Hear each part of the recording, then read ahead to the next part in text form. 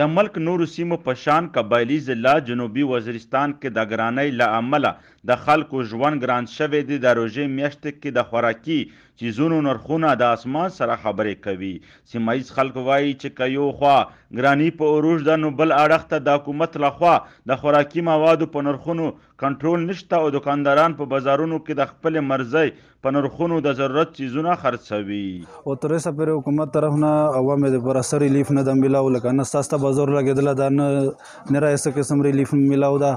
عوام د مهنګایۍ د وجې ډېر زیات پریشانه دي او مهنګایي ډېره زیاته شوې ده. لکه حکومت ته په چار ده چې څه قدم واخلي، ځکه چې د غریب عوامو دپاره ډېر زیات تکلیف جوړ شوی ده د مهنګایۍ د وجه.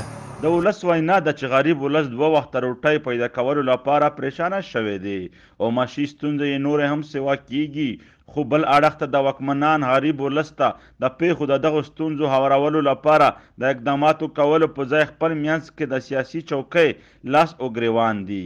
بالکل چې د 200 روپۍ د وریجو کیلو واپس 350 روپۍ مو کیلو کړی دی. هر شی دره سخت چک شوی دی چې مخ یې نشته. مهنګایي دومره زیاته مهنګایي ده، هېڅوک شی نشي کړی. اوس لکه ایسلو شی 500 ورپوش. موږ ګورنمنټ نه دا ریکویسټ کو یار څه کي هغه راولي، ارزاني راولي. هېڅوک شی نشي کولی، ډېره زیاته مهنګایي ده.